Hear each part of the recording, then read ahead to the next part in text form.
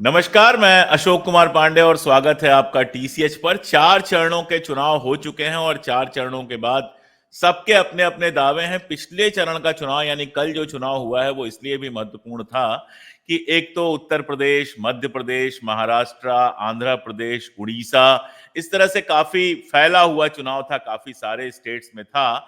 और ईमानदारी की बात यह है कि जनता को जो फैसला देना होगा वो कल के चुनाव में दे चुकी होगी, तय हो चुका होगा कि इस देश में किसकी सरकार बननी है। और 4 जून को जो फैसला आएगा उसका लगभग लगभग आप समझिए कि बड़ा हिस्सा लिखा जा चुका है। हमने सोचा कि जरा डिस्कस किया जाए कल के चुनाव की क्या रिपोर्ट्स हैं, क्या डिटेल्स हैं अलग अलग जगहों से। और इसलिए हमारे साथ मध्य प्रदेश से हैं भाई राकेश पाठक जी, उत्तर प्रदेश से प्रकाश हैं, प्रकाश नारायण सिंह पत्रकार हैं, और साथ में समाजवादी पार्टी के प्रवक्ता हैं राजकुमार भाटी जी। इंपॉर्टेंट चुनाव इसलिए भी था कि अखिलेश जी का चुनाव था, डिंपल जी का चुनाव था, और एक सवाल उन्होंने पूछा था कि उत्तर प्रदेश में सबसे ज्यादा वोटों से कौन जीतेगा, अखिलेश जी के डिंपल जी। तो मुझे लगता है परिवार के अंदर इस तरह की कोई लड़ाई होनी नहीं चाहिए, दोनों लोग अच्छे वोटों से जीते, ये हमारी शुभकामनाएं हैं। साथ में महाराष्ट्र से जुड़ेंगे अतुल ढोंढे पाटिल, जल्दी ही हमारे साथ जुड़ेंगे।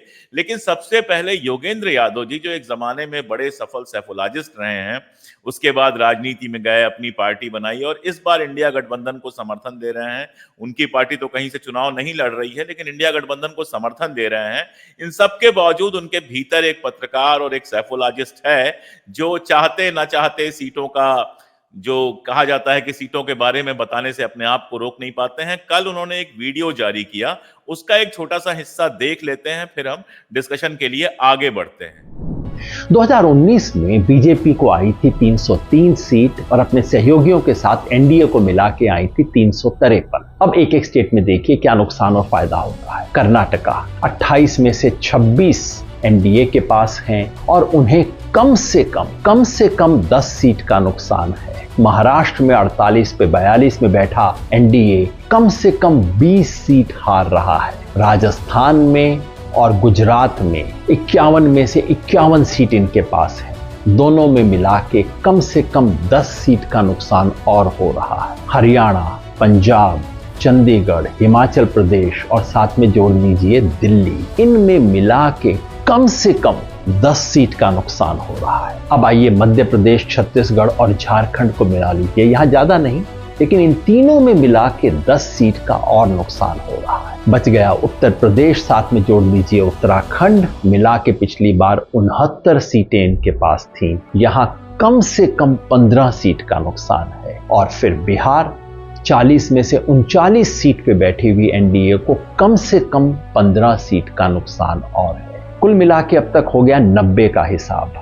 पूर्वोत्तर देख लें, पश्चिम बंगाल, पूरा नॉर्थ ईस्ट और साथ में जोड़ दीजिए जितने भी छोटे मोटे यूटी हैं, ज्यादा नहीं, यहां पे भी मिला के 10 सीट का और नुकसान है। यानी कि अब तक हमने देखा बीजेपी और एलाइज को 100 सीट का नुकसान, 75 का सिर्फ बीजेपी को और 25 का एलाइज को। लेकिन आप कहेंगे कुछ जगह फायदा भी हो सकता है। हाँ, तमिलनाडु, केरला और तेलंगाना में मिलाकर बीजेपी को 5 सीट का फायदा हो सकता है और आंध्र प्रदेश में चूंकि टीडीपी साथ है तो वहां सीधे 10 सीट का फायदा हो सकता है। टोटल कर लीजिए, बीजेपी को 65 सीट का नुकसान, एलाइज को 15 सीट का नुकसान। यानी कि अगर आज की स्थिति को देखें, ये मोटा गणित है, कोई एग्जिट पोल नहीं है, आज की स्थिति को देखें तो बीजेपी 233 पे 70 सीट का नुकसान, साथ में एलाइज को जोड़ दें, एलाइज को आएंगी 35 सीट आज के हिसाब से, यानी कि 268 मेजॉरिटी से एनडीए भी नीचे हो सकता है, कम से कम आज की तारीख में नीचे चल रहा है।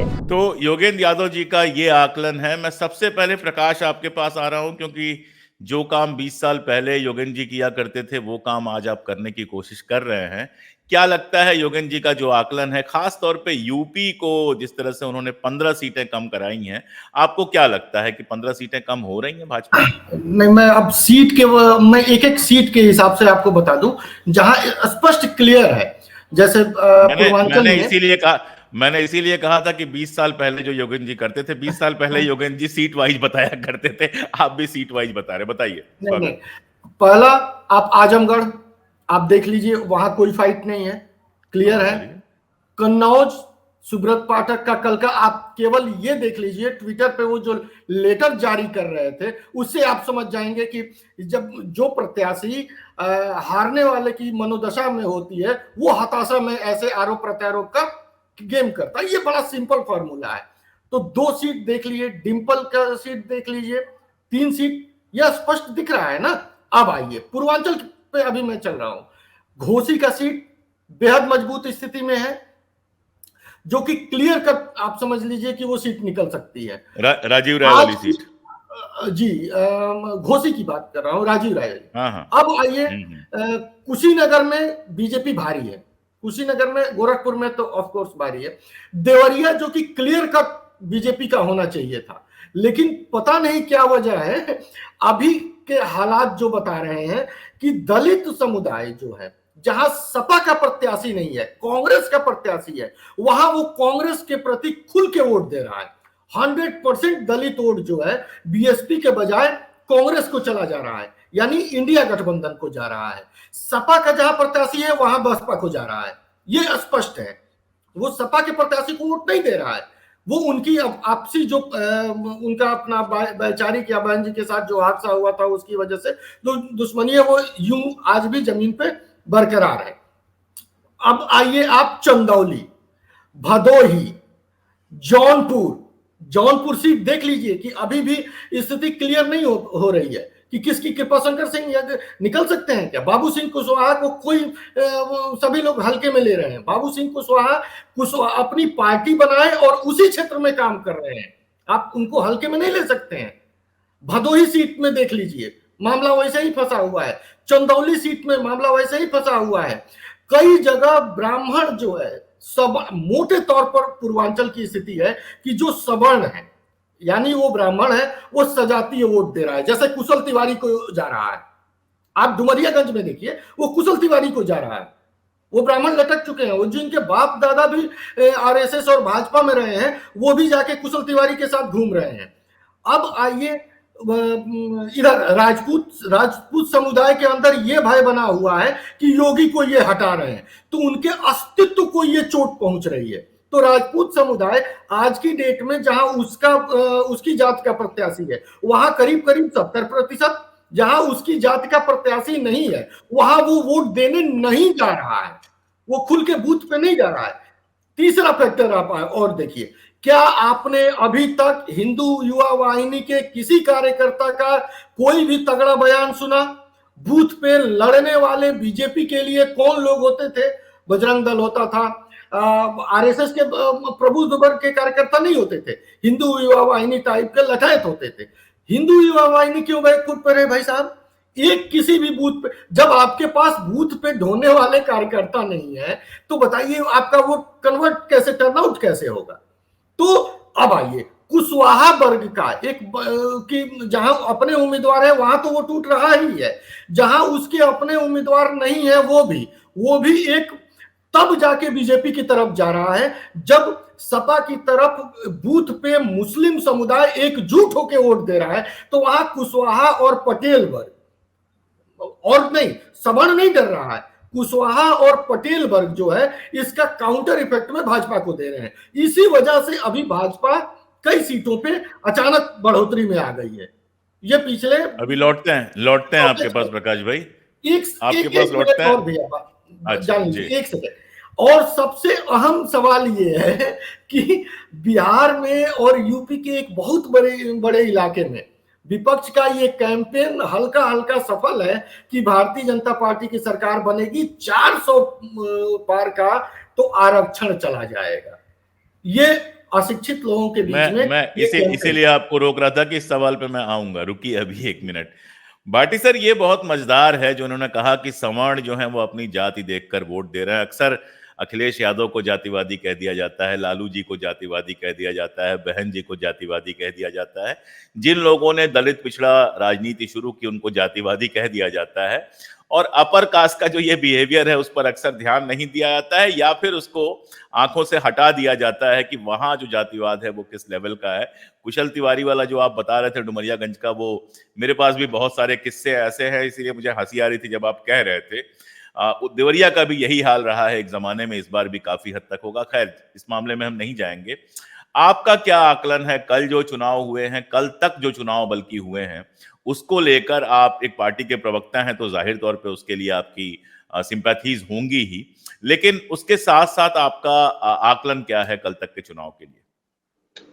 पांडे जी, मैं बहुत ईमानदारी से अगर बात करूं तो जब चुनाव शुरू हुए थे तो हमें इतने परिवर्तन की उम्मीद नहीं थी।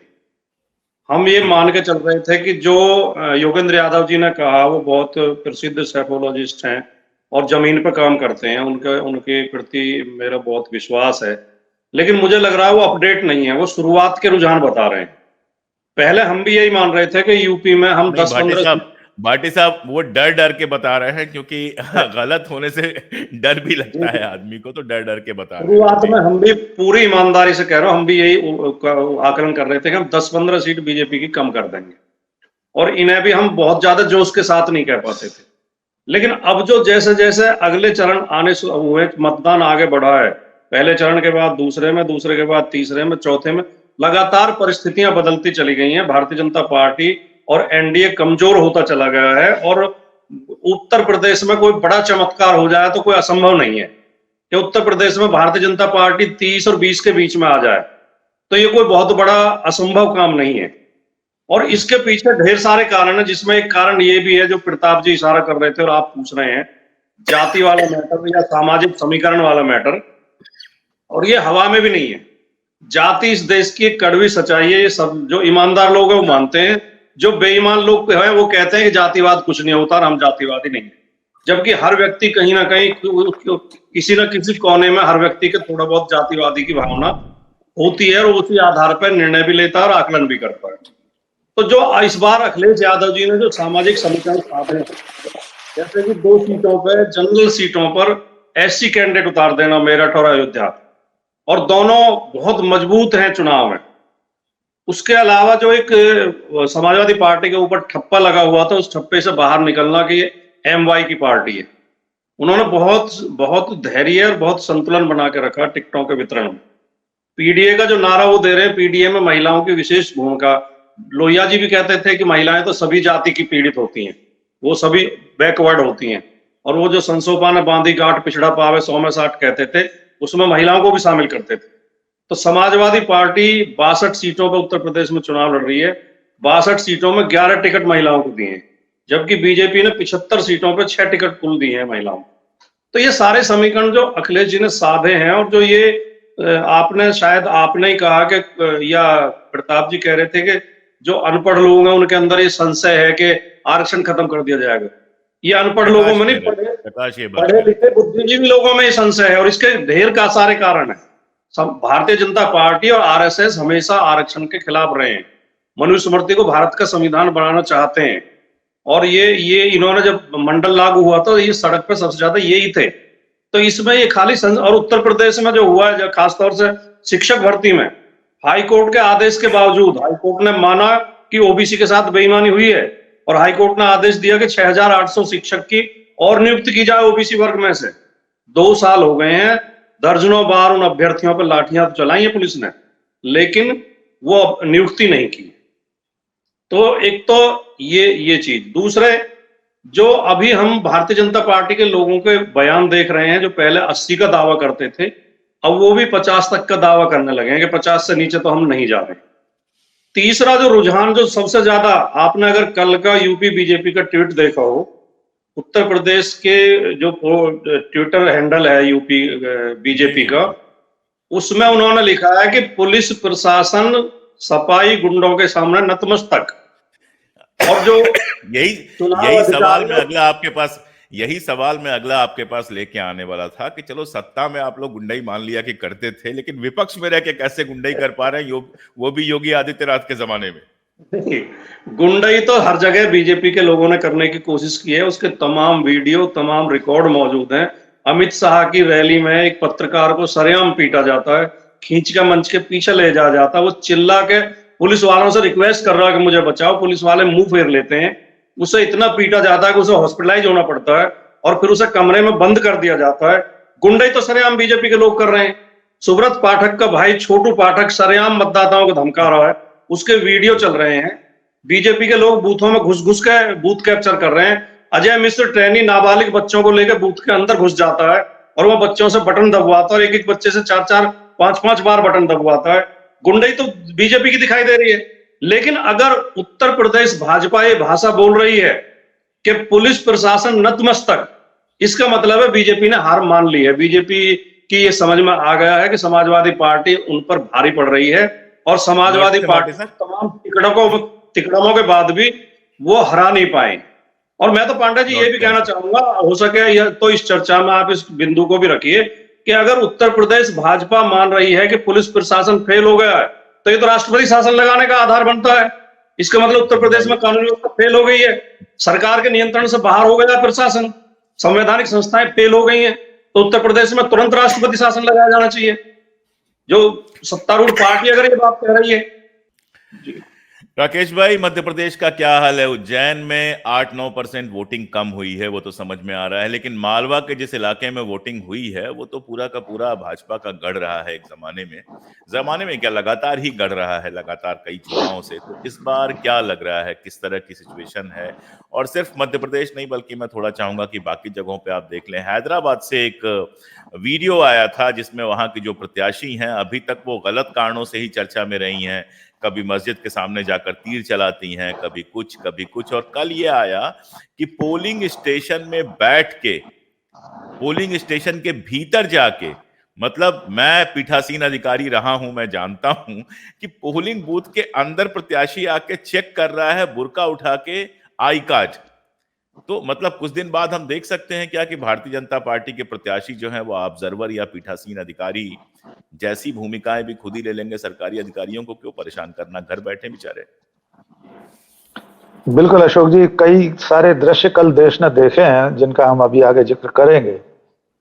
लेकिन इस बार देश का मतदाता जो है वो बिल्कुल खामोश है। मैं तमाम सारे सोशियोलॉजिस्ट जो लोग बात कर रहे हैं उस पर मैं नहीं जाना चाहता हूं, लेकिन अख्तर नजमी साहब हमारे आपके अग्रज रहे हैं ग्वालियर के, उनकी गजल में से एक दो शेर अर्ज करना चाहता हूं। ये साफ साफ कह तो दिया। अतुल भाई भी जुड़ गए थे ना बीच में? अच्छा जी अतुल भाई, हाँ जुड़ गए। तो अख्तर नजमी साहब ने, मुझे लगता है आज के हमारे मतदाता के लिए लिखा है, की तरफ से लिखा है, ये साफ साफ कह तो दिया उस तरफ न जाएंगे, सुनो हम अपने वास्ते खुद रास्ता बनाएंगे, बदल बदल कर सवालात पूछने वाले, हम अपनी बात किसी को नहीं बताएंगे। तो ये जो हम लोग बदल बदल के सवालात पूछते हैं, प्रशांत भाई पूछ रहे हैं, राजकुमार भाई पूछते होंगे, या हम सब पत्रकार जब फील्ड में जाते हैं पूछते होंगे, मतदाता कह रहा है कि हम अपनी बात किसी को नहीं बताएंगे। लेकिन इसके बावजूद जो संदेश देश का मतदाता अनजाने में हम लोगों तक पहुंचा रहा है, उससे ये लग रहा है कि नरेंद्र मोदी, अमित शाह और भारतीय जनता पार्टी इन 4 चरणों के मतदान के बाद उसके आसपास खड़े हैं जिसका जिक्र योगेंद्र यादव जी कर रहे हैं। हम उसमें राज्यवार जब और मीमांसा करेंगे तो कुछ और सीटों को घटा बढ़ा सकते हैं, लेकिन कुल मिलाकर निष्कर्ष वही होगा जो योगेंद्र यादव जी का निष्कर्ष है। इसका एक प्रमाण राजकुमार जी ने बताया कि बीजेपी यूपी के हैंडल पर कहा जा रहा है कि पुलिस और प्रशासन नतमस्तक है। दूसरे जिस तरह की घटनाएं हुई हैं मतदान केंद्रों में, आप देखिए कि उज्जैन में एक पीठासीन अधिकारी मतदान केंद्र के भीतर बैठकर बीजेपी के लिए वोट मांग रहे हैं। मोदी का नारा ही नहीं लगाया, उन्होंने वोट भी मांगा बीजेपी के लिए और उसके बाद हाथ जोड़कर माफी मांग रही हैं, पैर पड़ रहे हैं, कलेक्टर ने हटाया उनको। अजय मिश्रा टेनी के अपने परिवार के बच्चों के ले जाने का उल्लेख किया राजकुमार जी ने। मध्य प्रदेश में तो 2-3 करिश्मा हो गए। कमल पटेल मंत्री रहे हैं, वे अपने नाती को ले गए, उसकी तस्वीर में, चूंकि जो तस्वीर थी उसमें 4 पैर दिखाई दे रहे थे, वो बच्चा दिख नहीं रहा था, लेकिन जो मशीन जहां लगी रहती है उसके नीचे, टेबल के नीचे अशोक भाई 4 पैर दिखाई दे रहे थे। सवाल उठा कि वोट डालते समय मतदाता के अलावा ये 2 पैर किसके हैं, तो मालूम हुआ उनके नाती के हैं। उसमें FIR हो गई उनके खिलाफ। और कई मंत्रियों ने, नेताओं ने मतदान केंद्र के भीतर परिवार के लोगों को ले जाकर मतदान किया है। एक पार्टी कार्यकर्ता, पार्टी के नेता के बेटे ने तो इंस्टाग्राम लाइव कर दिया। ये सारी घटनाएं ये बताती हैं, और इनमें से 100% घटनाओं में भारतीय जनता पार्टी के लोग शामिल रहे हैं। खासतौर से चौथे चरण में इनकी जो बौखलाहट थी वो अलग अलग राज्यों में दिखाई दी है। मध्य प्रदेश का आपने जिक्र किया है तो दो बातें उसमें सबसे महत्वपूर्ण है करने के लिए। उज्जैन का मैंने उल्लेख कर ही दिया कि पीठासीन अधिकारी बीजेपी के लिए वोट मांग रही हैं, मोदी मोदी का नारा लगा रहे हैं। उससे भी ज्यादा लोगों के ध्यान में था इंदौर। इंदौर में जो कुछ हुआ पूरा देश जानता है, जिस तरह नामांकन वापस लिया गया कांग्रेस प्रत्याशी के द्वारा, और उसके बाद कांग्रेस ने और सिविल सोसाइटी ने नोटा का अभियान चलाया। नोटा के अभियान से भारतीय जनता पार्टी इतनी परेशान हो गई इंदौर में कि उसने सड़कों पर जो पोस्टर लगे थे नोटा के पक्ष में, ऑटो रिक्शा में, टैक्सियों में, निजी गाड़ियों तक में, वो उतारने के लिए भारतीय जनता पार्टी को सड़क पर उतरना पड़ा। जो रुझान शाम को आए हैं सामने, एक तो इंदौर में पूरे मध्य प्रदेश की जो 8 सीटें थी कल, उनमें सबसे कम मतदान इंदौर में हुआ है। ये भी एक चिंताजनक बात है कि बहुत सारे मतदाता तो वोट डालने निकले ही नहीं। उन्हें जब ये लगा कि कोई स्पर्धा ही नहीं बची है, बीजेपी के सामने किसी पार्टी का कोई ढंग का प्रत्याशी नहीं है, तो क्या वोट डालने जाए। और जो निकले उसमें से बहुत बड़ी संख्या में मतदाताओं ने नोटा को वोट दिया है। पेटियां जब खुलेंगी, मशीनें जब खुलेंगी, अशोक भाई, चौंकाने वाले नतीजे इंदौर से आएंगे। निश्चित तौर पर नोटा नहीं जीतेगा, न बीजेपी के प्रत्याशी ज्यादा उसे वोट मिलेंगे, लेकिन इतने वोट जरूर मिलेंगे कि भारतीय जनता पार्टी के नेताओं को शर्म आएगी अपनी हरकत पर। अब बाकी राज्यों में जो स्थिति है भाजपा की, जिसमें महाराष्ट्र है, महाराष्ट्र में भी कल बड़ी चुनौती थी बीजेपी के सामने। मराठवाड़ा का जो मराठा आंदोलन था जरांगे पाटिल का, उसकी आंच भी बीजेपी तक पहुंची है। अन्य राज्यों में जो भारतीय जनता पार्टी के पास सीटें थी, यूपी का जिक्र चूंकि प्रशांत भाई भी कर चुके हैं और राजकुमार जी ने कर दिया, उसके विस्तार में नहीं जाएंगे। अतुल भाई आ गए हैं, राकेश भाई, अतुल भाई आ गए हैं, की समस्या थी शायद, तो जरा उनसे सुन लेते हैं, फिर हम लोग बात जारी रखते हैं। अतुल, कैसा रहा अतुल जी कल महाराष्ट्र का चुनाव, क्या उम्मीद कर रहे हैं? ये कहा जा रहा है कि 77 में जो भूमिका गुजरात ने निभाई थी, इस बार शायद महाराष्ट्र वो भूमिका निभाने जा रहा है। महाराष्ट्र में जिस तरह के वीडियोस आ रहे हैं, जिस तरह की खबरें आ रही हैं, ऐसा लग रहा है कि महाराष्ट्र में कुछ बहुत बड़ी उठक पटक चल रही है। क्या आप एक पार्टी के प्रवक्ता के रूप में भी और एक नागरिक के रूप में भी इस पर जो भी आप कहना चाहें, स्वागत आपका। नहीं, चाहे प्रवक्ता के रूप में कहूँ या नागरिक के रूप में कहूँ, जो सच है तो सच ही रहेगा, वो तो बदलने वाला नहीं है। लेकिन एक बात सच है कि जिस तरह से अभी राकेश जी कह रहे थे कि मराठा आंदोलन का बहुत इम्पैक्ट हुआ है, तो जरूर इम्पैक्ट हुआ है, लेकिन धनगढ़ों ने और बंजारों ने भी, उनमें भी डिवीजन हुआ है। जैसे परभनी में जानकर जी खड़े थे, महादेव जानकर जी, तो धनगढ़ों ने उनको वोटिंग किया, ये बात सही है। लेकिन बीड़ में और जालना में धनगढ़ों ने जो है वो महाविकास आघाड़ी को, इंडिया अलायंस को मतदान किया है। और जो म्हाड़ा कॉन्स्टिट्यूंसी है, काफी बड़ी कॉन्स्टिट्यूंसी है वो, जहां पर उन्होंने रणजीत सिंह मोहिते पाटिल उनको नाराज किया है, तो वो मोहिते पाटिल अपने कजन के साथ चले गए। वहां पर धनगढ़ों का वोट जो है वो डिवाइड हुआ है, मराठा, मुस्लिम और दलित वोट जो है वो पूरा इंटैक्ट महाविकास आघाड़ी को गया है। अब ये डर जो लगता है कि, अब हमने कल बात की थी जगीरा की, तो वो जगीरा का कमीनापन जो है, वो कमीनापन हमें कल बारामती में देखने मिला है। और आपके यहाँ से मैं कहता हूँ कि पुलिस डिपार्टमेंट और इंटेलिजेंस सर्विसेज जो है वो क्या कर रही है, इसके ऊपर तो मैं सवाल या निशान कल भी खड़ा कर चुका हूँ। आज भी मैं प्रेस कॉन्फ्रेंस लेके ये सवाल खड़ा करना, बारामती वाली घटना को, बारामती वाली, हाँ बिल्कुल जरूरी है उस पर बात करना। 45 मिनट तक आपका सीसीटीवी बंद रहता है स्ट्रांग रूम का, क्या मतलब? हाँ, सीसीटीवी बंद रहता है।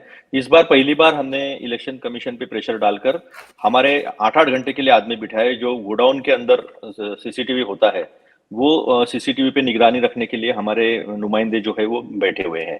तो जिस कदर बोगस वोटिंग कल परली और राष्ट्रीय असेंबली कॉन्स्टिट्यूंसी में हुआ है, वो अनप्रेसिडेंटेड है। ये लोग हर तरह की कोशिश कर रहे हैं मैंडेट चुराने का, मैंडेट पे डाका डालने का। वो सीएसडीएस वाले बड़े कहते थे कि बैलेट पेपर को लेकर भगाना, बैलेट पेपर के बूथ कैप्चर करना आसान होता है, लेकिन सबसे आसान तो ये होता है ईवीएम पे जिस तरह से बटनें दबाई गई, जिस तरह से प्रेशर डाला गया। और जब पंकजा मुंडे जी मिनिस्टर थी, रूरल डेवलपमेंट मिनिस्टर थी, तो उन्होंने दरकिनार नियमों को, कानूनों को दरकिनार कर ऐसे कई अपने जाति के वर्ग के लोगों को शिक्षक बनाया था वहां पर, जिनकी तादाद 1000 से ज्यादा है। वो सारे लोग जो है बूथ पर बैठे थे ये एक फर्स्ट हैंड इन्फॉर्मेशन है अशोक जी, मैं बता रहा हूँ आपको, दिस इज मैं फर्स्ट सुन हैंड रहा हूँ। इन्फॉर्मेशन। और उन्होंने वो काम किया है, जैसा आप परली और आष्टी में देखोगे तो काफी बड़ा मतदान हुआ है, लेकिन फिर संविधान का डर जो है वो, ये अगर सोचते होंगे कि सिर्फ एससी और दलितों में और मुस्लिमों में है, तो ऐसा नहीं है, ये पढ़े लिखो ओबीसी में भी है। पढ़े लिखे ओबीसी ने भी इस बार बीजेपी के खिलाफ मतदान किया है, ऐसी मेरी जानकारी है, क्योंकि उन्हें पता है, इन्होंने किए हैं चेंजेस, कॉन्स्टिट्यूशन में चेंजेस किए हैं इन्होंने ईडब्ल्यूएस का कोटा लाया। ईडब्ल्यूएस के कोटे को किसी का विरोध होने की जरूरत नहीं है। अगर साधारण वर्ग में भी गरीब लोग हैं तो उनको भी एक प्रोएक्टिव एक एक्शन जो है वो जरूरी है, तो उसके खिलाफ कोई नहीं है। लेकिन फिर बेसिक स्ट्रक्चर ब्रेक नहीं हुआ वहां पर। जो इंद्रासानी केस में बेसिक स्ट्रक्चर की बात हुई थी, बेसिक स्ट्रक्चर में तो 50% की भी बात आती है, तो ब्रेक हुआ था। तो फिर ओबीसी की जब बात आती है, धनगढ़ों की और मराठों की, तब इन्हें 50% की मियाद हटाना नहीं आता है। राहुल गांधी जी ने आकर पूना में कह दिया कि मैं 50 हिस्सेदारी की बात करते हैं, हम लोग कॉन्स्टिट्यूशन में अमेंडमेंट करेंगे और 50% की मियाद जो सुप्रीम कोर्ट ने लगाई है, जो कॉन्स्टिट्यूशन में नहीं है, उसे हटाकर धनगढ़ों को और मराठों को भी हम आरक्षण देंगे, जिसका वायदा इन्होंने कई सालों से किया है। धनगढ़ लोग काफी नाराज है 10 साल से। और अहिल्या देवी के जो पुत्र है वो भी राष्ट्रवादी शरद पवार कांग्रेस में आ गए हैं। तो इसका इम्पैक्ट जो है वो सब जगह दिखाई देता है। लेकिन कमीनापन जो है, वो कमीनापन भी हमने बहुत देखा है।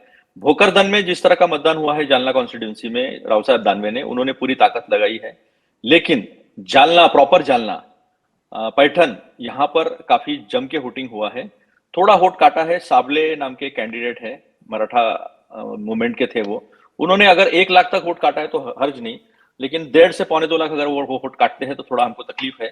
लेकिन जहां तक बात है, आज के तारीख में बीजेपी 8 सीट के ऊपर, बीजेपी अलायंस 8 सीट के ऊपर महाराष्ट्र में जीतेंगे नहीं। इतना कमीनापन करने के बाद भी, इतनी धांधलियां करने के बाद भी महाराष्ट्र में 8 सीटों के ऊपर जा नहीं रहे हैं। मैं आपको आश्चर्य होगा, मुंबई में भी परिवर्तन हुआ है। देखो, यूपी में जो होता है ना, वो मुंबई में होता है अशोक जी। मुंबई में काफी बदलाव आए हैं और मुझे डर है कि कल मराठी वर्सेस गुजराती ये कहीं हिंसक मोड़ पे न चला जाए, क्योंकि यहाँ वेजिटेरियन सोसाइटी, मराठियों को नौकरी न देना गुजराती कंपनी में, मराठियों को फ्लैट स्कीम्स में फ्लैट न देना, ये गंदा तरीका मुंबई ने कभी नहीं देखा अशोक जी। मुंबई वो जगह है जहां अगर आपके पास क्वालिटी है, कैपेबिलिटी है, तो आप हिंदुस्तान में नहीं दुनिया में अपना नाम कमा सकते हो। सबको मौका मिला है और ज्यादातर यूपी से और नॉर्थ इंडिया से जितने लोग आए हैं उन्होंने बराबरी के मौके पाए हैं। गुजरात से जो लोग आए हैं उन्होंने बिजनेस में, टेक्सटाइल बिजनेस पारसी और गुजराती ने डोमिनेट किया था, डायमंड का बिजनेस डोमिनेट किया था। ये बहुत बुरी घटना है, क्योंकि हम तो नेशनल है, हम तो हिंदुस्तानी मानते हैं अपने आप को, प्रथमता अंतिमता भारतीय मानते हैं। इन्होंने इंटरनेशनल फाइनेंशियल सेंटर ले गए। अब इंटरनेशनल फाइनेंशियल सेंटर है तो रेगुलेटरी है, रेगुलेटरी अथॉरिटी को आप सारी फाइनेंशियल इंस्टीट्यूशंस मुंबई में, नाबार्ड ले लो आप, LIC ले लो, SBI, सारे बैंकों के हेडक्वार्टर है वहां पर। और आप gift city is a ghost city, Dholera is a ghost city, Gandhinagar is a ghost city, कुछ नहीं है वहां पर, कुछ नहीं है। तो वेदांता फॉक्सकॉन लेके गए, बल्क ड्रग लेकर गए, टाटा एयरबस का प्रोजेक्ट लेकर गए नागपुर के मिहान से। तो सब कुछ जो गुजरात के लिए किया जा रहा है, तो गुजरात की भी तरक्की होनी चाहिए, महाराष्ट्र लोग ऐसा मानते हैं, लेकिन it should not be at the cost of Maharashtra. यानी महाराष्ट्र को आप नाराज कर महाराष्ट्र का हक छीनकर आप गुजरात में ले जाते हो, तो वो भी एक गुस्सा लोगों में जो है वो है। दूसरी बात सबसे अहम यह है कि जिस तरह से पार्टियां तोड़ी है, देखिए पवार साहब का एक अहम स्थान हिंदुस्तान की राजनीति में है और महाराष्ट्र में विशेषकर बहुत है। उन्होंने कृषि क्षेत्र में जो क्रांति की है, राजनीति में आप टीका टिप्पणियां कर सकते हो, लेकिन उनका जो योगदान है कृषि क्षेत्र में वो कोई नकार नहीं सकता है। उन्होंने जिस तरह से एक फलोद्यान योजना, फलोद्यान बोलते मराठी में, फलों की जो योजना है, वो फलों की योजना वाटर रेजिस्टेंट जितने 21 क्रॉप्स है उसने क्रांति लाई है और लोगों के आय में जो है सही मायने में बढ़ोतरी। इसका एग्जाम्पल है मैपल, फ्रूट क्रशेस वगैरह जो आते हैं, वो सब प्रोडक्ट जो है वो शरद पवार साहब की सोच का है। यहाँ सिंचाई की योजनाएं जो वो शरद पवार साहब की सोच की परिणति है वो। तो उन्होंने बहुत काम किए हैं। टेक्सटाइल पार्क ले, आप बारामती जाओगे तो आपको ऐसा लगेगा कि इट्स एडवांस टाउन। आप अगर जाओगे वहां पर चॉकलेट का वहां पे बहुत बड़ी फैक्ट्री है। तो ये सब काम किए हैं, तो उन्हें यहाँ आकर एक दिन कहते हैं भटकती आत्मा, बहुत गंदी टिप्पणी है ये। और मटका भी फोड़ा, हमारे यहाँ मटका फोड़ना बहुत अशुभ संकेत है। जब किसी की डेथ हो जाती है तो मटका फोड़ते हैं, और सबके नाम से मटका फोड़ा ये भाजपा के लोगों ने। इतना हरकतें इनकी जो है वो दिन ब दिन गिरते जा रही है। तो महाराष्ट्र में इस बात का भी गुस्सा है। मैं देखा एक बड़े चैनल का हेलीकॉप्टर शॉट था बारामती में, मुझे खास पवार साहब की भी यहाँ से ऑफिस से था कि नहीं आप वहां जाइए, मैं गया था। जिस तरह का हुजूम उस प्रोग्राम में था और जिस तरह का सुप्रिया सुले जी को सपोर्ट यंग जनरेशन, एक कॉलेज में था, इंजीनियरिंग कॉलेज में, और उस इंजीनियरिंग कॉलेज में जिस तरह का बच्चे इकट्ठा हुए थे, यूथ, और यूथ ने जो सपोर्ट दिया है, तो हर जगह सपोर्ट मिल रहा है। हर जगह मतदान जो है वो तुराहा, आप तुराहा बोलते हैं, हम तुतारी बोलते हैं। हम तुतारी इसलिए हिंदी में भी कहते हैं क्योंकि वो अभी चुनाव चिन्ह है तो उसको हम तुतारी ही कहेंगे, सिंबल हो गया वो। मशाल है या पंजा है, ये तीनों कार्यकर्ता बराबरी से उसका प्रचार कर रहे हैं। मैं खुद नासिक में हूँ, नासिक में शिवसेना ने बुलाया है, तो हर जगह कार्यकर्ता का जेलिंग अच्छा हुआ है, लोग पूरी ताकत से मतदान को बाहर निकल रहे हैं। लेकिन कल पूना में हमने देखा, पूना इनका बेस्टियन है। कस्बा में तो हमने हरा दिया, कस्बा में सावरकर जी रहते थे, आपके जानकारी के लिए, उस कॉन्स्टिट्यूंसी जानता हूं मैं तो आप तो हमसे ज्यादा मैंने तो पुणे की गलियां बहुत छानी है, पुणे की गलियां दोस्तों के साथ सारे पेट देखे हैं। वहां रानड़े जी का भी घर है, वहां गोखले जी का भी घर है, वहां तिलक जी का भी घर है। बिल्कुल, सारी हिंदुस्तान की पॉलिटिकल मूवमेंट और सोशल मूवमेंट जो है जिस एरिया से, उसमें भी फर्ग्यूसन कॉलेज था तो सब उसी से जुड़े हुए लोग थे जी। बताइए। Deccan society, Deccan education society, तो वहां पर जिस तरह का पैसा बांटा है, बेशर्मी की सारी हदें बीजेपी ने पार की है, बेशर्मी की। अरे एकनाथ शिंदे जी नासिक में आए थे 3 दिन पहले, 9 बैग्स भरकर, बड़ी बड़ी बैग्स भरकर, और उसकी कोई तलाशी नहीं ली जा रही, कोई जांच नहीं हो रही है। और हमारे खड़गे साहब का तलाशी लेते हो, ठीक है, आपका काम है वो तलाशी लेना, उसको हम विरोध नहीं करेंगे, लेकिन आप उनकी दवाइयां नष्ट कर देते हो, उनका खाना नष्ट कर देते हो। तो ये हरकतें जो है, ये हरकतें तो बता ही रही है कि वो हार रहे हैं। लेकिन राकेश भाई के पास चलते हैं, अतुल भाई 5 मिनट और रुकिए, राकेश भाई के पास चलते हैं। राकेश भाई, ये जो बात इन्होंने, जी मैं वही चीज ले रहा था। ये जो एक बात आई, पहले राहुल गांधी का हेलीकॉप्टर चेक किया गया, फिर खड़गे साहब का हेलीकॉप्टर चेक किया गया, टेम्पो से पैसा राहुल गांधी के घर पहुंच रहा है, मोदी जी कह रहे हैं। ये जो मतलब, इसको क्या कहेंगे आप? या तो ये पावर दिखाने का पागलपन है, और या फिर कोई बेचैनी है। देखिए अशोक भाई, दोनों ही चीजें हैं। सत्ता का पागलपन तो है ही, बेचैनी हार की आशंका की। उन्हें लग रहा है कि अगर इस बार चुनाव हार गए तो 4 जून के बाद का समय बहुत कठिन हो जाएगा, और हार की संभावना उन्हें इसलिए दिखाई दे रही है, वे आशंकित इसलिए है कि जैसा कि अतुल भाई ने कहा कि वे शिवसेना के बुलावे पर आज गए हुए नासिक में। पहली बार देश ये देख रहा है कि राजनीतिक दलों के गठबंधन के बाद उस एकता का संदेश काडर तक, कार्यकर्ताओं तक और मतदाताओं तक पहुंचा है। अशोक भाई, आमतौर पर ऐसा होता नहीं हमारे देश में। हम पहले भी कई बार उत्तर प्रदेश में ऐसे गठबंधन देख चुके हैं कि पार्टियां तो एक हो जाती हैं, बड़े नेता गठबंधन कर लेते हैं चुनावी तौर पर, लेकिन कार्यकर्ता कभी एक नहीं होता। आमतौर पर वोट ट्रांसफर नहीं होता, चाहे वो बसपा और सपा का गठबंधन हो, चाहे कांग्रेस और सपा का गठबंधन हो, चाहे महाराष्ट्र में जो अतुल भाई 3 पार्टियों गठबंधन के साथ इस वक्त खड़े हैं। लेकिन शायद पहली बार ऐसा हो रहा है कि वोट ट्रांसफर करवाने में पार्टियों के नेता और कार्यकर्ता सफल रहे, क्योंकि वो संदेश कार्यकर्ता तक गया कि नहीं, इस बार जीवन मरण का प्रश्न है। इसलिए वोट देते समय कार्यकर्ता भी बूथ पर खड़ा है, और मतदाता को भी ये समझ में आया कि नहीं, इनकी एकता वास्तविक है। जैसे 1-2 उदाहरण और ले लेते हैं साथ में, कि आप कांग्रेस के सारे सोशल मीडिया हैंडल देख लीजिए, अखिलेश यादव के भाषण उस पर साझा हो रहे हैं। सपा का आप सोशल मीडिया हैंडल देख लीजिए, अखिलेश यादव का देख लीजिए, फिर राहुल गांधी के ट्वीट कर रहे हैं। अरविंद 30 सेकंड आपको रोकूं, राकेश भाई 30 सेकंड आपको रोकूं, बस फिर आपके पास ही आऊंगा। पिछली बार जब कांग्रेस और सपा के अंदर एक भिड़ंत हो गई थी यूपी को लेके, तो जो लोग सबसे ज्यादा तीखे और गाली गलौज वाले शब्दों में प्रकाश जी मुस्कुराएंगे, आईपी सिंह वगैरह लिख रहे थे, वो इस समय ऐसे ट्वीट लिख रहे हैं जैसे वो कांग्रेस के कार्यकर्ताओं और वही दूसरी तरफ के लोगों के लिए भी सच है, और ये मेरे लिए बड़ा आश्चर्यजनक है। मैंने ये उम्मीद नहीं की थी। जी कंटिन्यू रखिए। एक और इसका उदाहरण अशोक जी, आपके दिल्ली में अरविंद केजरीवाल ने क्या कुछ नहीं कहा कांग्रेस को, सोनिया गांधी को, राहुल गांधी को, लेकिन आज आड़े वक्त में पूरी कांग्रेस उनके साथ खड़ी है। कल राहुल गांधी अपने भाषण में केजरीवाल का जिक्र कर रहे थे। जब वे गिरफ्तार हुए तो सबसे पहले उनके पास पहुंचने वाले कौन थे? संदीप दीक्षित, अजय माकन, जिन संदीप दीक्षित की मां को केजरीवाल ने क्या कुछ नहीं कहा। ये जो संदेश है नेताओं के व्यवहार का, दिल्ली का मामला गड़बड़ है राकेश भाई, मैं कुछ कहूंगा तो बुरा लगेगा, लेकिन दिल्ली का मामला गड़बड़ है। वही संदीप दीक्षित किनारे कर दिए जाते हैं, और कांग्रेस क्या कह रही है आपके बारे में ये अलग बात है, आप कितना रेसिप्रोकेट कर रही है उसको चेक करेंगे तो समझ में आ जाएगा। तो दिल्ली पे मैं प्रकाश के लिए छोड़ूंगा, जब प्रकाश कंक्लूड करेंगे तो दिल्ली को भी उठा लेंगे। तो दिल्ली के बारे में कल के शो में, परसों के मैं आपसे जो कह चुका हूं कि अरविंदर भी प्रकारांतर से नरेंद्र ही है, नरेंद्र का ही लघु स्वरूप है अरविंदर।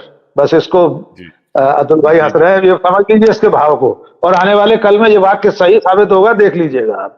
खैर, कुल मिलाकर फिलहाल चुनाव की बेला है, 15-20 दिन और बचे हैं। अगर इतना संदेश भी दोनों तीनों बड़ी पार्टियां, चारों पांचों जो गठबंधन में शामिल पार्टियां वे दे पा रही हैं, तो ये उस गठबंधन का भी जवाब है जो आज सत्ता में बैठा है। आज कहां है नरेंद्र मोदी के घटक दल साथी, उनके गठबंधन के? हमारा आपको अचानक याद भी नहीं आता है कि बीजेपी का सहयोग दल और है कौन, कहां किस राज्य में कौन उनके साथ लड़ रहा है, हम नहीं जानते। लेकिन हमसे महाराष्ट्र की बात की जाएगी तो हम बता देंगे कौन कौन कांग्रेस के साथ है। यूपी का बता सकते हैं, बिहार का बता सकते हैं।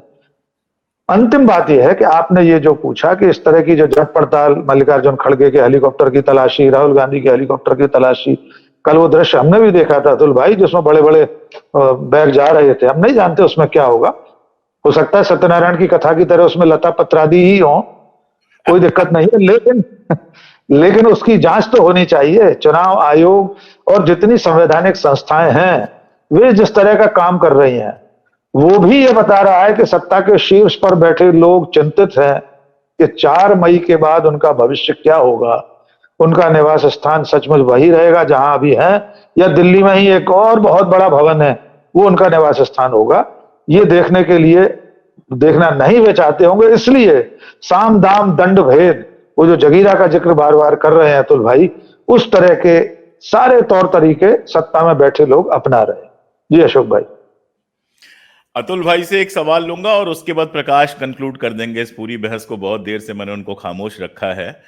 अतुल भाई, कल एक मैंने वीडियो देखा और बड़ा मजेदार वीडियो था। शिवसेना का प्रचार करने कुछ महिलाएं गई एक महिला के पास, और उस महिला ने, वो शिवसेना के एकनाथ शिंदे ग्रुप की थी, उस महिला ने सीधे सीधे गद्दार कहा, सीधे सीधे सवाल पूछे और कहा कि शिवसेना का मतलब है बाला साहब ठाकरे, आदित्य ठाकरे और उद्धव ठाकरे, और ये कहते हुए वो उनका पीछा करती रही। जब तक वो चली नहीं गई तब तक इनकी आवाज गूंजती रही। तो ये जो गद्दारी वाला मामला है, मैं जानता हूं कि महाराष्ट्र जिस तरह से वॉरियर स्टेट रहा है, मराठे तो हैं ही, मराठों के अलावा भी उस पूरे इलाके का एक ऐसा मानसिकता है कि वो वॉरियर टाइप का स्टेट है। और ये मैं अपने अनुभव से कह रहा हूं, महाराष्ट्र के साथ भी होगा, उद्धव जी के साथ भी होगा। इसका कितना असर पड़ रहा है? छोटा उत्तर, फिर प्रकाश भाई से एक कंक्लूजन। देखिए, मराठों का मतलब, मराठा वॉरियर का मतलब धनगढ़ भी है, रामोशी भी है, दलित भी है, मुस्लिम भी है, सारे लोग थे और वो मराठा ही कहा जाते थे। ब्राह्मण भी जब जब लड़ाई में गए हैं तो मराठा, वो प्राइड है, वो कोई जाति नहीं है, वो सभी लोग मराठा है। तो ये जो बात कही है, तो आज मैं एक बात कहने वाला हूँ कि राजनीति वैसे सुंदर है लोकतंत्र में, लेकिन दोस्तों में का एकनाथ शिंदे और रिश्तेदारों में का अजित पवार पहचानते आना चाहिए। और देखना आप जो शोर होगा सामने से, मैंने एक लाइन सोच के रखी है, मैं आज पहले रिवील कर देता हूँ पब्लिक मीटिंग जाने में से पहले। यही कहूंगा कि दोस्तों में का एकनाथ शिंदे और रिश्तेदारों में का अजित पवार पहचान लो तो मराठी में बोलिए जो कहने वाले हैं पब्लिक मीटिंग में। हम लोग मतलब मराठी राजनीती ही राजनीती फार चांगली आहे, लक्षात ठेवा मित्रांनो, राजनीती फार चांगली आहे, राजकारण फार चांगलं आहे, पण मित्रांमधला एकनाथ शिंदे आणि नातेवाईकांमधला अजित पवार ओळखता आला पाहिजे। उसके बाद जो शोर होगा ना, तीसरी लाइन बोलने की जरूरत नहीं है, क्योंकि ऐसी राजनीति महाराष्ट्र की नहीं रही है। महाराष्ट्र में यशवंतराव चौहान से लेकर शरद पवार जी तक और नाना पटोले जी तक तीखी टिप्पणियां करना, भाषा का स्तर जो है वो असभ्य तरीके से इस्तेमाल करना, ये कभी नहीं रहा है। हम प्रचार करने के बाद अगर एक होटल में मिलते हैं तो बैठ के खाना खाते थे, कभी कटुता नहीं रही है। आज ऐसी परिस्थिति है कि किसी के घर अगर चला जाऊं मैं, जैसे उदयन राजे मेरे काफी अच्छे मित्र है, 13वें वंशज छत्रपति शिवाजी महाराज के बहुत अच्छे मित्र है, वो नागपुर आए तो उन्होंने मेरे घर आना टाल दिया, जो कभी हुआ नहीं। मैं सातारा गया तो मैंने टाल दिया और मीटिंग में मैंने उनके खिलाफ बात की, ऐसा कभी नहीं हुआ। विरोधियों के बारे में भी सभ्यता से कहा जाता था, सभ्यता से, कि वे मेरे अच्छे मित्र है, लेकिन इस बार उन्हें मौका नहीं मिलना चाहिए, क्योंकि ये महंगाई नहीं कंट्रोल कर पाए वगैरह, इस तरह की भाषा होती थी। वो स्तर जो है वो नहीं रहा है, इसका लोगों को दुख है और लोगों ने चुनाव अपने हाथ में ले लिया है अशोक जी। तो ये सारे काफी सारे परिवर्तन है उसमें, महंगाई और बेरोजगारी का तड़का तो बहुत बड़े पैमाने पे, और पेपर लीक तो भयंकर है सर, आप विश्वास नहीं कर पाओगे। 200 मार्क के पेपर में यहाँ 222 मार्क मिले हैं। ये इस तरह का कभी महाराष्ट्र में हुआ नहीं है। तो लोग जो है पूरी तरह से नाखफा है, नाराज है। 2 महीने पहले पता नहीं चल रहा था, 2 महीने पहले ऐसा लग रहा था क्या होगा, कैसे होगा, क्या करेंगे, लेकिन जैसे चुनाव शुरू हुआ, डिक्लेयर हुआ, उसके बाद लोगों ने एक्सप्रेस होना शुरू किया। लोगों के मन में तूफान था, एक्सप्रेस होना शुरू किया। और कल भाजपा के वोटर्स पुणे में निकले नहीं है। पुणे में केवल 52% मतदान हुआ है। पुणे में बीजेपी के वोटर्स निकले नहीं है। आप बूथ देख लीजिए, आपको पता है। सिर्फ आप डाल दीजिए इलेक्शन कमीशन की वेबसाइट पर जाकर, कोथरूड निकाल लीजिए, आप कस्बा निकाल लीजिए, आपको पता चल जाएगा कि वो वोटर बाहर निकला नहीं है। कोथरूड में भी वोटिंग कम हुई है। लोग ऐसा कह रहे हैं कि मुरलीधर मोड़ को उतने ही वोट मिलेंगे जितने उसने पैसे दिए हैं, डेडिकेटेड वोट नहीं मिलेगा, ये लोग कह रहे हैं। जबकि पुणे की हालत यह है कि मैं कश्मीर फाइल्स पे एक कार्यक्रम था, उसमें मैं गया था और मुझे परेशान करने की, हमला करने की जितनी कोशिशें हुई हैं, वो मेरे लिए एक अलग ही अनुभव था। खैर उसकी बात मैं पर्सनल नहीं करूंगा। प्रकाश भाई, अशोक जी एक ही बात, पुणे ये जैसा आप दुनिया में सोचते पुणे या नागपुर के बारे में वैसा नहीं है। आपका उत्तर खराब हो गया है, उत्तर भारत खराब। पुणे वैसा नहीं है सर। पुणे में सबसे ज्यादा सामाजिक आंदोलन हुए हैं, पुणे में सबसे ज्यादा राजनीतिक आंदोलन हुए। नागपुर में तो आरएसएस का गढ़ बिल्कुल नहीं है, वो गलत नहीं सोचे लोग। ये सिर्फ जो है ये विचार उत्तर में ही पनप पाया है, विंध्य के नीचे ये विचार नहीं पनप पाया है। गलत बात। यहाँ शाहू फुले अम्बेडकर ही चलते हैं सर।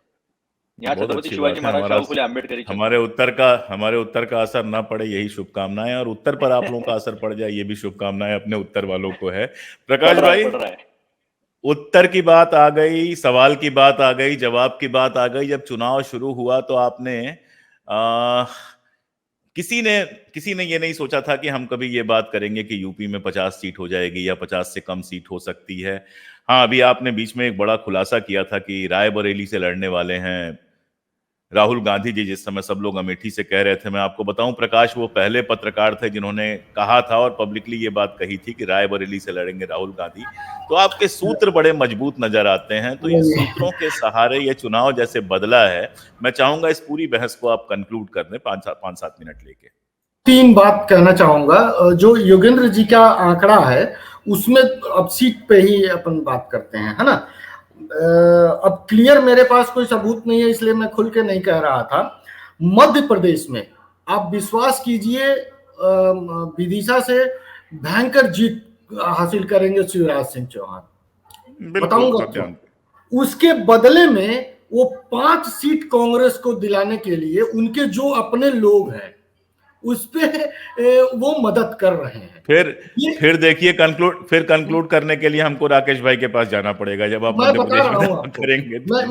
अब ये मैं इसलिए कह रहा हूं, मैं भास्कर नहीं, आप आराम से बोलिए, मैं डिस्टर्ब नहीं कर रहा हूं जी, प्लीज। मैं दैनिक भास्कर में 2 साल वहां रहा हूं, ठीक है। वहां के स्ट्रिंगर्स से लेके और वहां के बड़े जर्नलिस्ट तक शाम को चकल्लस होता रहा है। और आज तक मैं संबंध 2 ही लोगों से निभाने में भरोसा रखता हूं, जो ग्राउंड पे काम कर रहे हैं या जिन रिपोर्टरों का कुक से, ड्राइवर से अच्छे संबंध होते हैं। ये टीवी वाले बाइट रिपोर्टर जो होते हैं ना, उनके नेटवर्क नहीं होते हैं, क्योंकि वो बात पे आ जाइए, बात पे आ जाइए, अपने गोपनीय राज मत बताइए, बात पे आ जाइए। नहीं।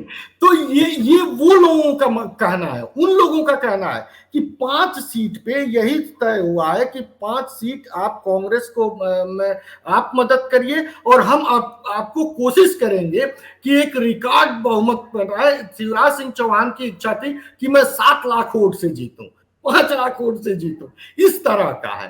तो ये था मेरा मानना है कि 5 से ऊपर सीट कहीं मध्य प्रदेश में कांग्रेस न जीत ले। आपको आश्चर्य लगेगा, लेकिन हकीकत है ये।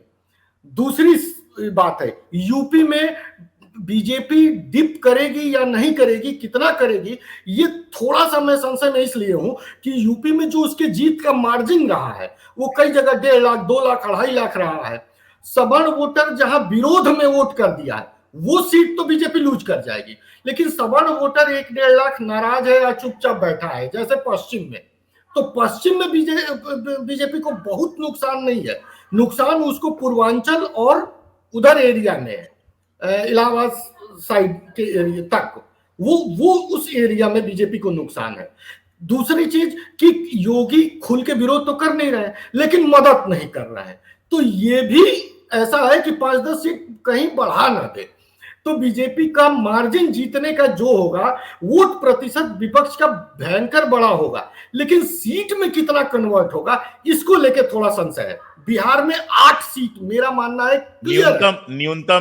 न्यूनतम विपक्ष को कितना सीट दे रहे हैं आप यूपी में? न्यूनतम, अधिकतम नहीं पूछ रहा। न्यूनतम से न्यूनतम 25 सीट मिलेगा, आप ये जान के चलिए। बस ठीक है, 25 से 20 से 25 सीट तो मिलेगा।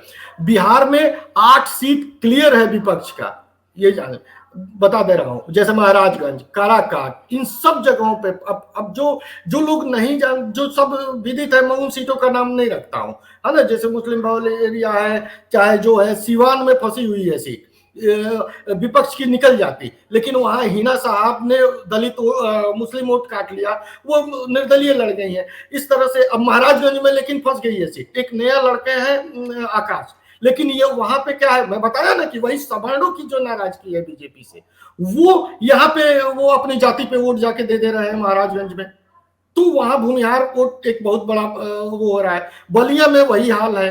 तो ऐसे में करके विपक्ष का प्रतिशत भी भयंकर बढ़ेगा और सीट में बिहार में मेरा मानना है कि कम से कम अकेले इंडिया गठबंधन की तरफ से 8 से 10 सीट होगा मिनिमम, जो बुरे से बुरे दौर में हो गया हो तो भी।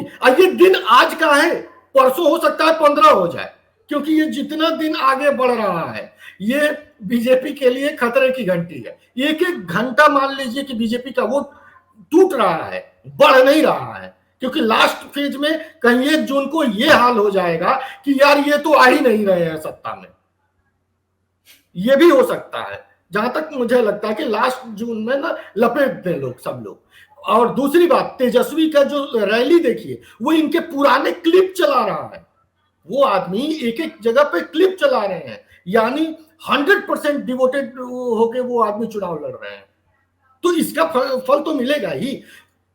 बस 1 सेकेंड और, ये जैसे कुशवाहा को आरजेडी ने टिकट दिया है, पटेलों को टिकट दिया है, एमवाई से अलहदा इन्होंने जो समीकरण बनाया है, तो वोट वो किसका टूट रहा है, यानी वो अपने वोट में जोड़ रहे हैं और इनके वोट जो हैं कम हो रहे हैं। तो कितना रिजल्ट में वो वैशाली से उन्होंने मुन्ना शुक्ला को सीट दे दिया है। अब देखिए यहाँ पे मुजफ्फरपुर का हाल क्या है कि मुजफ्फरपुर से वहां यदि ओवैसी ने यदि अपना किसी सवर्ण को टिकट दे दिया होता तो ओवैसी की सीट निकल जाती मुजफ्फरपुर। कांग्रेस ने क्या गलती की, बीजेपी वाले को टिकट दे दिया। अब बीजेपी वाले ने क्या गलती करी, विरोध वाले को टिकट दे दिया। अब वहां मुस्लिम एकदम कंफ्यूज है कि किसको दे, ये कल तक जो गाली दे रहा था उसको दे या ये कल तक किसी और में था उसको दे। तो मुस्लिम, अच्छा उधर भूमिहार नाराज है कि भैया ये तो कल तक हमको गाली दे रहे थे। तो यदि आप सपोज कीजिए यदि ओवैसी ने किसी ब्राह्मण या भूमिहार को टिकट दे दिया होता तो मुस्लिम और वो निकाल के वो सीट निकल जाती। ये इस तरह के लोग, तो वो लोग वोट देने ही नहीं जा रहे हैं, कह रहे हैं ये साफ नाक हमारे मत का कोई नहीं है, तो वोट देने ही नहीं जा रहे। जैसा ये भैया ने कहा इंदौर वाली बात एकदम बिल्कुल सही, उन्होंने एकदम ग्राउंड के कौन जो यहाँ पान की दुकान पे जो चर्चे होते हैं उसके एकदम ग्राउंड रिपोर्ट उन्होंने बताया कि लोग वोट देने ही नहीं जाएंगे, वो चिढ़ जा रहे हैं। वही हाल वहां हो रहा है, मुजफ्फरपुर में हो जाएगा। अब वैशाली की वजह से 5-7 अगल बगल की सीटों पे यदि थोड़ा समय प्रकाश भाई, थोड़ा समय कंट्रोल करना पड़ेगा। राकेश भाई, वैसे अगर प्रकाश आप उनसे परिचित ना हो तो मैं बता दूं कि कोई 30 साल की पत्रकारिता मध्य प्रदेश में उन्होंने की है, जिसमें कम से कम 3 लीडिंग अखबारों के वो संपादक रहे हैं। तो मध्य प्रदेश को जैसे हम लोग अपने उंगलियों पे जानते हैं वैसे वो मध्य प्रदेश को जानते हैं। तो ये 5 सीटों वाली बात भैया कंफर्मेशन लिया जाए। हाँ वही पूछ रहा हूँ, इनसे कंफर्मेशन लिया पहले उतर रही है। जी देखिए, 35 साल हो गए पत्रकारिता में, 5 अखबारों में संपादक रहा हूँ, 2 चैनल्स में, 2 वेबसाइट में प्रधान संपादक रहा, 1 चैनल का हेड रहा भोपाल में। बहुत साधारण बात है, यद्यपि अभी विद्यार्थी हूँ पत्रकारिता का। मैं शिवराज सिंह वाले कोण पर अभी विश्वास नहीं कर पाऊंगा कि खुद शिवराज सिंह ने कोई ऐसा सौदा कांग्रेस के साथ किया होगा, कोई डील की होगी। एक तो शिवराज सिंह में इतना साहस नहीं है कि वे मोदी शाह के युग में ऐसा कोई काम करें कि कांग्रेस को 5 सीटें दिलाने के लिए खुद की जीत की गारंटी कर लें। खुद तो वे जीत ही रहे हैं, जीत जाएंगे और अच्छे रिकॉर्ड वोटों से चुनाव जीतेंगे। आपने ठीक कहा, उन्होंने पहले ही भाषण में कहा था कि इस बार मैं 7 लाख वोटों से चुनाव जीतूंगा।